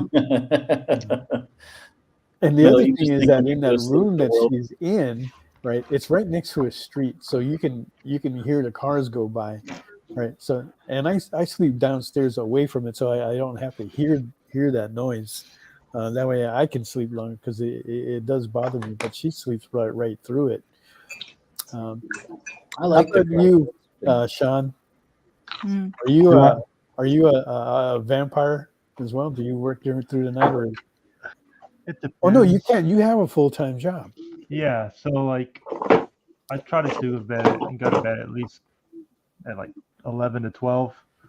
But if it's the weekend, I'll hurt myself and stay up till like 3. Yeah. I'm a 1 to 2 a.m. girly every day, but I have to get up at like 6:30 to do my stupid day job. 6:30? So you do have a day job. God damn. So what is we your live day in job? pain. My day job is much more boring. It is real estate title abstracting. It is the most boring thing, but you kind of need the balance, At least does that That's give similar you... to what I do too. I got my day job where I work up at 6 doing graphic design for other people. I've got 2 jobs actually. One is for a print shop doing production design, and one is just marketing design on the side. So yeah, I keep it. Is All right, that hard for you Fang, doing? let's hear from you. Yeah. You just do this full time, right? Who are you talking to now? Fang. Me? Yeah. Yeah, Fang. Yeah. Doing full time. That's why I feel poor. But then, okay, so do you draw during the day or at night? I'm pretty much night owl. Yeah, I drew usually like 4 to 4 o'clock. Oh, okay, so you okay, yeah. So Can so you hear you me? get up late too then. Yeah. My internet is kind of breaking, right? I heard you. So you do stay up late. You burn the midnight owl, and we pass it and get that going. Derek writes, Trish is already halfway through a shift by the time Mom gets out of bed. Yeah. Yeah, I'm taking my lunch break when she gets up out of bed. And that's kind of like how it was with me before. I used to be an early riser, but in my older age now, that's just not happening. But I'd be up by 6:30. By the time Mom gets up, the house would be clean, breakfast is ready, or for her maybe it's lunch already. She's got that all ready for her to go. I've gone to the grocery store. I've done like a lot of things by the time she gets up. Yeah. Dude, when he was courting me in the early days, when I wake up, he would have a Starbucks coffee in front of my face. Man, I miss That's what his you face. need. Yeah. He would even go out and get like a donut or something. I'm like, wow. Yeah, now it's instant coffee. What happened, man? What happened? Honeymoon's over. You got to get those Keurigs, man. Those are just as nice. Those are okay. And, but don't disregard sleep, because as much as you give me flack for sleeping is so important. I think whoever sleeps a long time every day, they're gonna live a long life. That's true. Yeah, but you're going to be asleep for probably half of it. So yeah, that's the part I don't like. Yeah, it's like you kind of like miss out. As far as like the Kruigs go, I do like those, Sean, and I actually have an account and I buy that stuff, but I don't have a machine. I end up buying them and giving that to my cousin who lives in Australia who has one. And that's just to supply her, because when I'm there, I drink a lot of it. But we have our own types of brands that Mog likes drinking, and we also drink like mushroom. Oh yeah, I heard about that. It's like so we're doing that, plus some other like healthy stuff that we'll throw in there. Are you still a big coffee drinker, Trish?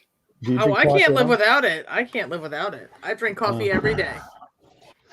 I mean, right now, it's 11:25.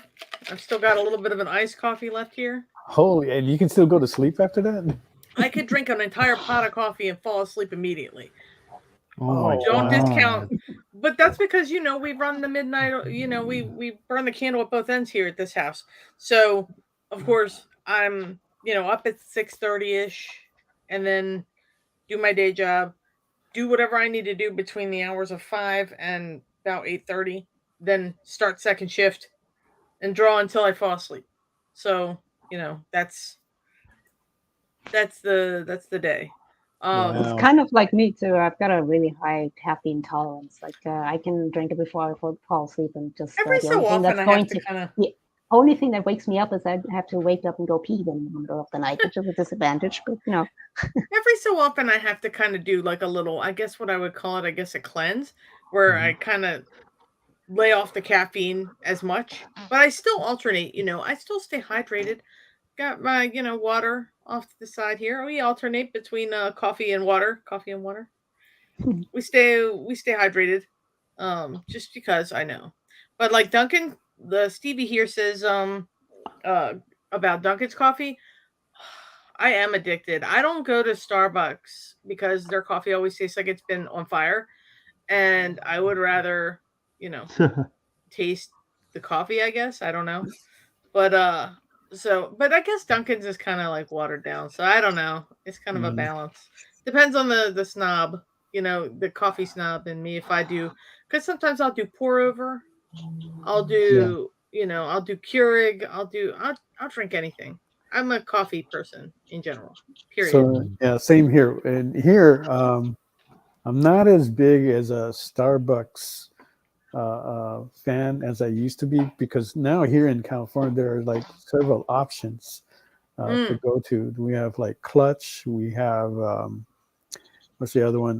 Dutch. You have Rise out there? We have Rise. No, we don't have Rise, but we have Dutch Brothers, and that's like on fire right now. Oh yeah, I heard those guys are great. There's one in Florida, that a lady who I watch that goes to Disney World all the time, and I'm immensely jealous of. She always goes to Dutch Brothers. She's like, "Look how great this place is," and I'm like, another reason I can hate you. Here in California, though, Dutch Brothers has a long line, right? We have 3 that's kind of close to where we're at, and the lines are incredibly long, right? So as much as I'd like to get those, I can't. But then when we go to these other places like Phoenix or Idaho, the lines there's really no lines, because they've had them for a while now. That the fad of it has kind of like died down, but because they're so new here in California, the lines are horrendous. Yeah. But it's good stuff. But it is on the sweet side. So you if you don't want it that way, you're gonna have to tell them to like tone it down. We have options out here too. Tony, are you a big coffee drinker? Yeah, I'm a Keurig guy mostly. I keep those running. Trish sent me some Keurigs for Christmas this year so I could keep making our comic book. Yeah. Like, here you go. What's your favorite flavor? Well, so the ones she sent me are the ones that I super like the most. Is every Christmas time they put out all these Christmas flavors. Right. They'll be like cinnamon sugar cookie and sugar cookie. Oh, okay. And I love those, and then I always go get them after Christmas. I'll go on like December 26th and buy up all the cheap ones, Right. Yeah, get those on there. I got super hooked on a peppermint flavor or peppermint bark flavor. Oh yeah, for some reason, and I'm like, I never really liked peppermint coffee before, but like, oh my gosh, this stuff is really good. I'm not a big fan of peppermint either, but Mog does like it. I love peppermint. Yeah, we don't just have to have peppermint and pumpkin flavor at Christmas time. I feel like we can make that all the time. Yeah, exactly. I do like the pumpkin, and now I also like lavender, and not too many of them do lavender right. Okay, but Starbucks came out with their seasonal lavender flavor, and I do like it when they put a ribbon of the matcha in there. Right, so they have that now. I think it's been out there for like 2 weeks, and I still haven't gone and get one. So I'm gonna have to try and get there if I'm gonna get my kick off of that.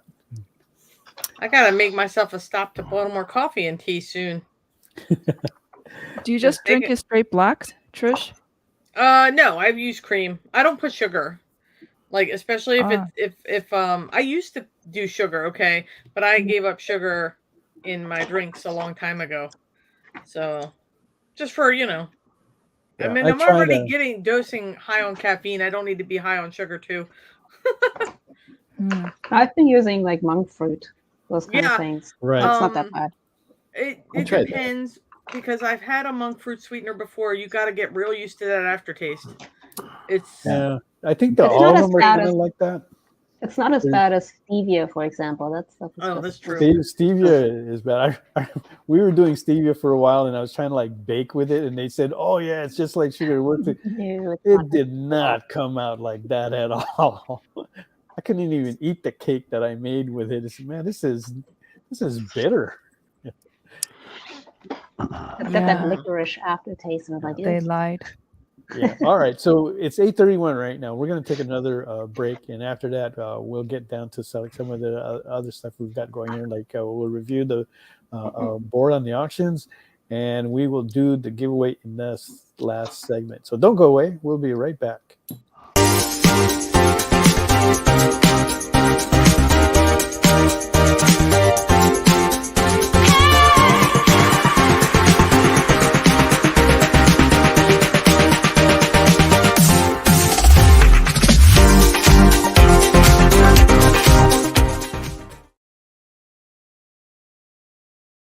To be continued. 3 little words that hold the secret to the next great story. 3 words that will thrill you, confound you, give life to new possibilities. Every variation of To Be Continued is a promise of adventure, a promise of excitement, a promise of unseen wonders and unexplored worlds, a promise that every issue you read makes you a part of a never-ending journey, and behind every page there will be an unopened door waiting for you. This story to be continued at your local comic book shop. Visit comicshoplocator.com today. Imagine being at a convention and going to an interview panel that's just for you. No bustling crowds, no hours-long lines, just you, the moderator, and your favorite comic book creators. Well, this is pretty much that. Miss Jen sits down every week with 2 comic book creators for a live stream interview about their latest work, and you can ask them whatever you want. It's Talking Shop, Mondays at 5 Eastern on The Experience, Comic Culture and Sales.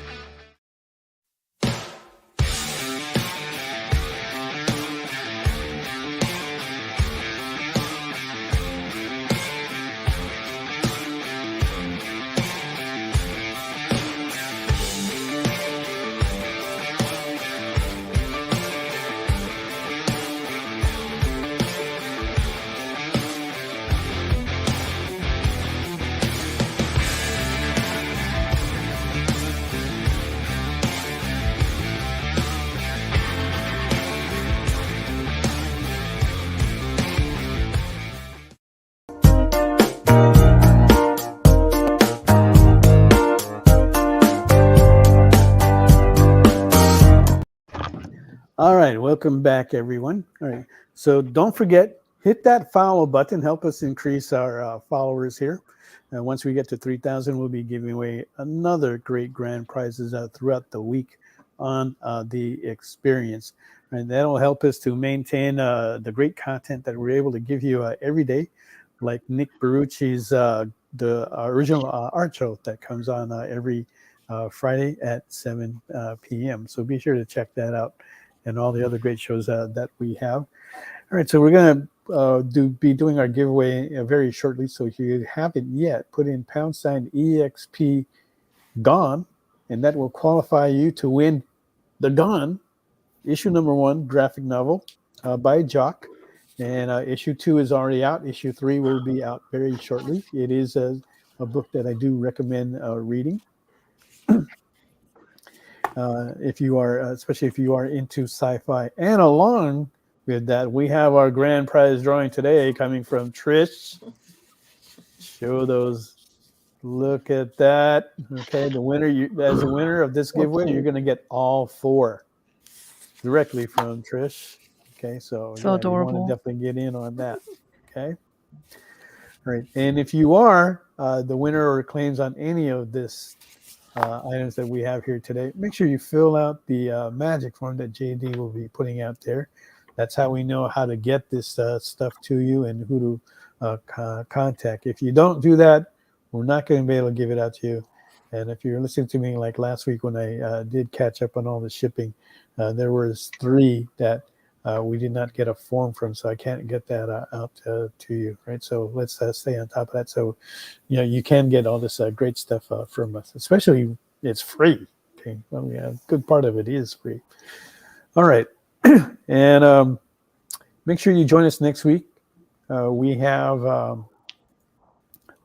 joining us on auction. We have Jen Leonard and John Steinsman that will be joining our special guest, Sam Johnson from the UK, who does Geek Girl. All right, so that is on the books for next week, and that's happening right before WonderCon. You will see Tony there, along with Sean, and Fang will be there with us, and along with many of our guest artists there, Philip Jin, Christy Shin, Don Wynn will be there. So make sure you come by and say hi to all of them. Thank you for that, Derek. We do have another bid on the Sean's Black Cat for 100. let's go around the room and take a look at what they've got so far on the board. Let's start with you, Sean, with your black cat. There she is. She's almost done. Wow. Nice. Yeah. I love got it. ink all over my fingers. We still got the Final Fantasy VII stuff, guys. Okay, Look at Vincent. Look at Vincent. He's there. If you're into Final Fantasy, like Mog and I, we don't play, but God, we love that stuff.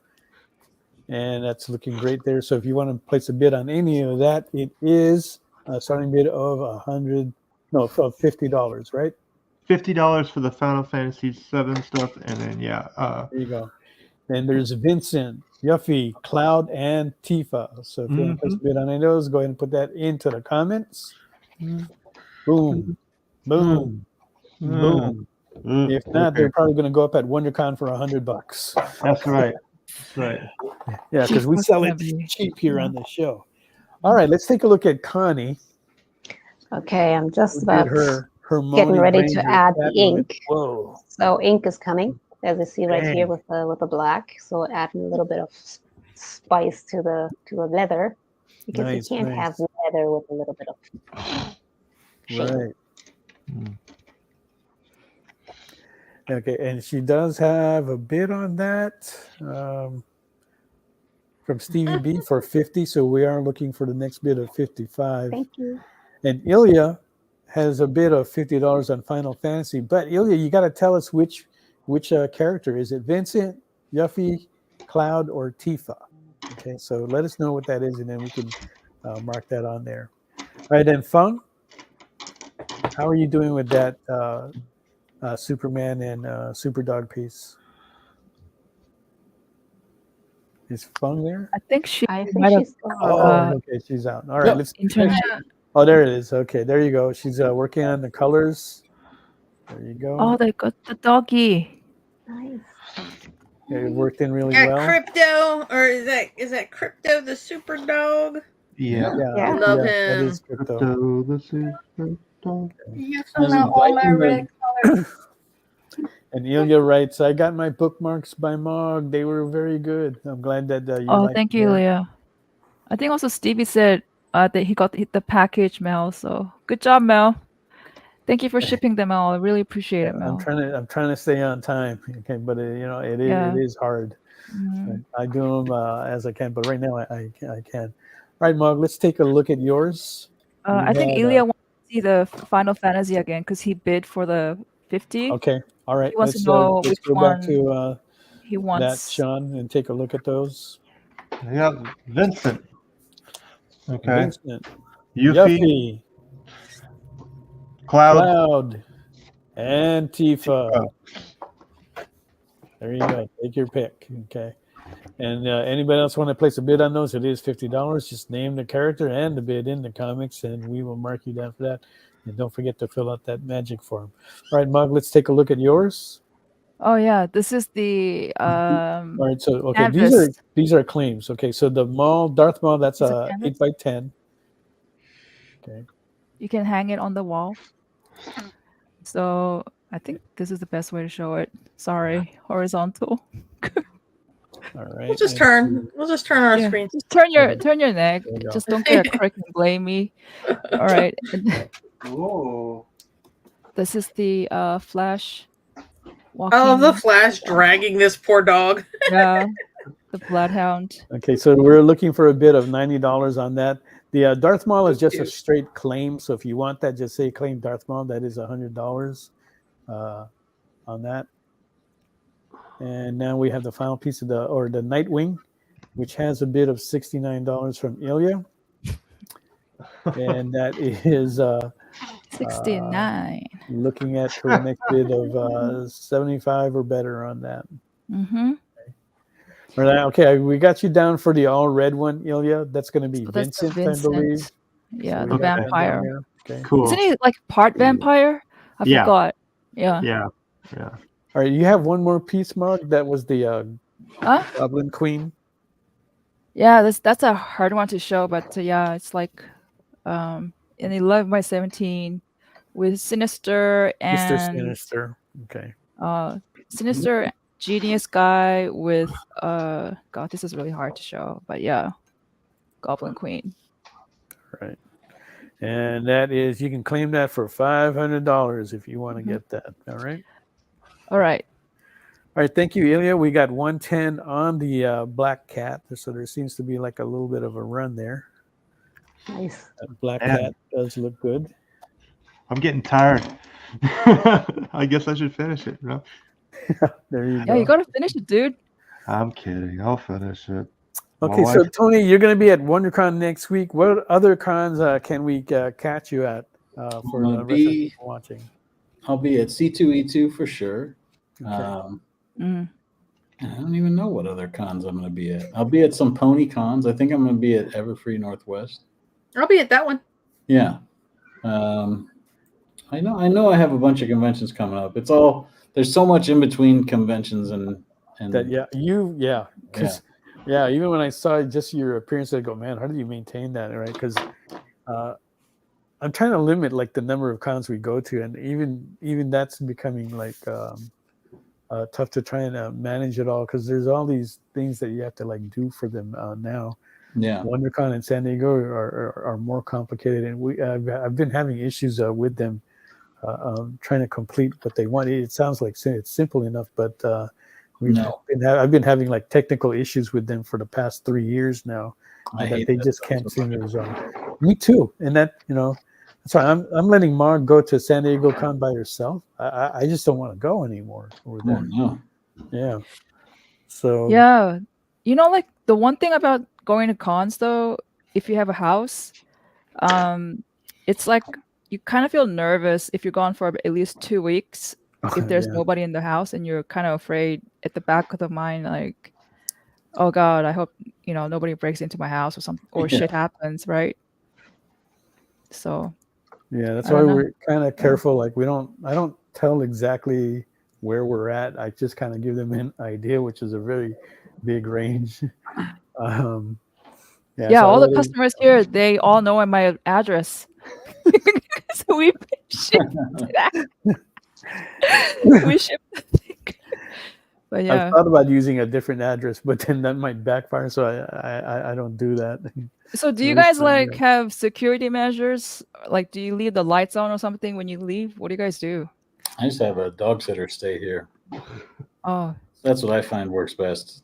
Okay, dogs. Nice. Right. Yeah.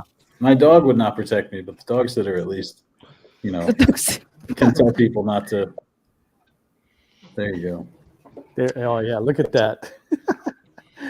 That's just the signing tour. I have to put my signing tour together. It's not as extensive as this, but it's still pretty good. You're doing a few, yeah. Yeah. Look at that schedule. Okay. Yeah. That is busy. God, I'll pray for him. Because I know if we had that, no work would get done if we had that schedule. So here's what I have to do while this is going on. I have to draw and letter an issue of Local Man. I have to draw a cover for Sesame Street. I have to write an Army of Darkness and write an Uncanny Valley. So we'll see how it goes. I think I can. Yeah, well, the good thing is that you've got the experience and can manage your time well on that. That's like something we kind of like struggle a little bit with, is managing it properly. I don't know if I'm managing it well. I'm just doing it. You're just managing it. I'm just managing, yeah. Okay, we got 120 on the Black Cat from Sean. Thank you for that, Derek. That Black Cat is on fire at the moment. If you're like that, Tony, then even eating, you're just eating to live, not living to eat at that point. That's true. Yeah. I definitely have. I've got my eye on whatever 6 months from now or whatever, when I get a little bit more of a break, and I'm planning on really taking it all in. Vacation, calm down, have some fun. But I've just booked myself solid for the next few months. Now, when you take a vacation, though, sometimes you have to take a vacation from the vacation. I just want to remind people that, like, you know. Oh, give yourself extra days on the other side, you mean? Yeah, when you're done with that vacation, Yeah, because you're traveling and flying, you got to have That way, when you get back home, you can kind of veg for a while and just, you know. Yeah, you got to schedule. You got to schedule the time that you do nothing. Well, see, right? Trish That's does important. she does like activity vacations. She goes like Disneyland, has activities and stuff, gets her steps in. Yeah, I have to do, one trip where I don't do any work, but I just do everything else, Wow. I did a Vegas trip a couple of months ago where I didn't do anything. I didn't gamble. I hardly went out to eat. I just relaxed. It was very relaxed. I got like bath bombs and stuff. I really treated myself. Hell yeah. Spa day. Yeah. I think my ideal vacation would be just going to the woods and pitch a tent and just be away from everything. Yeah. You like to rough it? Yeah, I love it. Like no Well- internet, nothing. Like seriously, just 1 week, just be away from people. Yeah. Oh, except you, Mel. Of course, Mel. Sure. You're with me. Yeah. You wouldn't survive in the woods without me anyway. Who puts up the tent? I That's actually what I taught. want. We do. The first time God we damn. went out, right? We did this road trip. We were moving Oh, from it's the Chicago best. to Hawaii, right? So I took her on a road trip, and I taught her how to set up the tent. That's and good. I taught her how to make fire, and that was a big mistake. Dude. Because the fires that she likes to make, they're like bonfires, right? Yeah. And she's making them right next to these trees, pine, which catches fire easily. Right. So I went to go use the restroom, and I came back, and there was this huge fire there, and I panicked, right? Because there's dried pine all around, which can catch on fire easily, and there's this big fire, and she goes, "Look what I did!" And I go, "We got to put it out. That's like way too big." And one of the guys that was camping close to us, he goes, "Glad you got that under control, because that was like way too big." It's like almost touching one of the branches from the pine that was like kind of like nearby. I go, "Wow." Yeah. So she's kind of a pyro when it comes to that. But after doing so many appearances and stuff, even like going to Starbucks and buying coffee or something, I mean, you would think that's a vacation, but it's not really, because you still have to do the human courtesy thing. But if you go to nature, you don't even have to smile. You don't have to say hi. You can do whatever you want. I mean, in a good way. But yeah. I get So- you. I'm down with that. I It's the understand best. exactly what you're best. saying. Yeah. Right, Sean? You understand me? Completely, Yeah. like 1,000%. Goddamn. Yeah. I mean, I love people. I love you guys. But yeah. Right. Who wrote this? Somebody wrote this.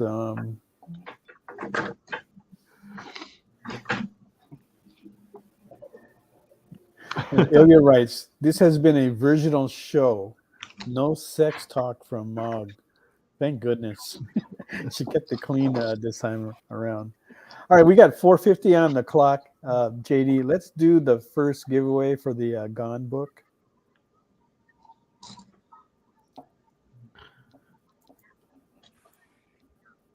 If we can bring that wheel up, here it comes. There we go. And our tonight's winner. Giveaway. The Creative Keep. Wow. Congrats. I could just send that down to what's that store called again? Comic Bug out in Manhattan Beach. And you can pick it up there, huh? We'll mail it out to you. Fill out the form. I'll send it out to you. All right, and now for tonight's grand prize drawing. From Miss Trish. 4. Where is she? You're going to get 4. There you go. 4. Oh, so cute. I want people to know, even if they don't win tonight, they can still get these cats every month in the pages of Feral. There you Exactly. I'm That Most is coming worried. out in, when is that coming out again? Wednesday. In 2 weeks? Wednesday. This Wednesday. coming Wednesday. 27th. There you go. Mhm. Right before WonderCon. Yeah. You know, Trish, for me, if I'm reading the story and if I have to root for all those cats, the one that worries me the most is the one who's just smiling. Oh, hey, Sticks.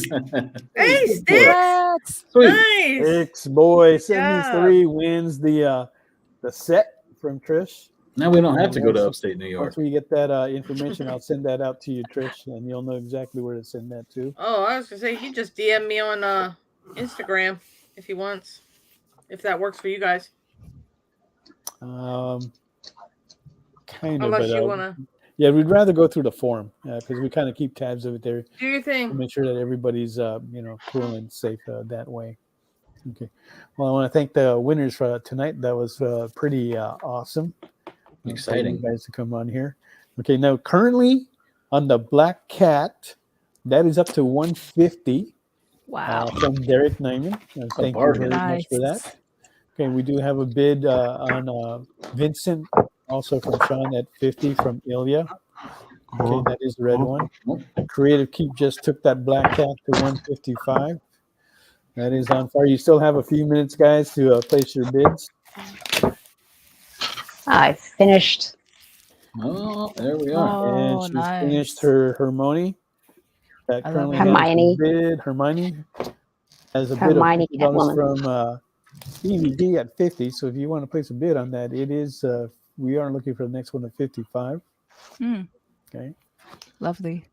Fang is still looking for a bid on hers. Superman and Superdog for $100. Oh, is she out again? Oh, she got out Unfortunately, again. she is dropped out again.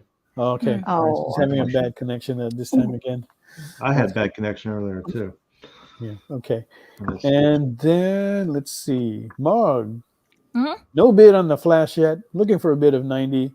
Nightwing does have a bid of $69 from Ilya. 175. Oh, Derek. Black Cat John's is on Black Cat. fire. Oh, there you go. You're back. You guys want to know how many times I've drawn Black Cat? Once. Just Nice. once. Just Very once. good. Okay. We got about another minute. All right, so get those bids in. Okay. Mog still has the Darth Maulville at 100 and the Goblin Queen at 500. Looking for a bid on Fun sorry. for $100. Show it. No.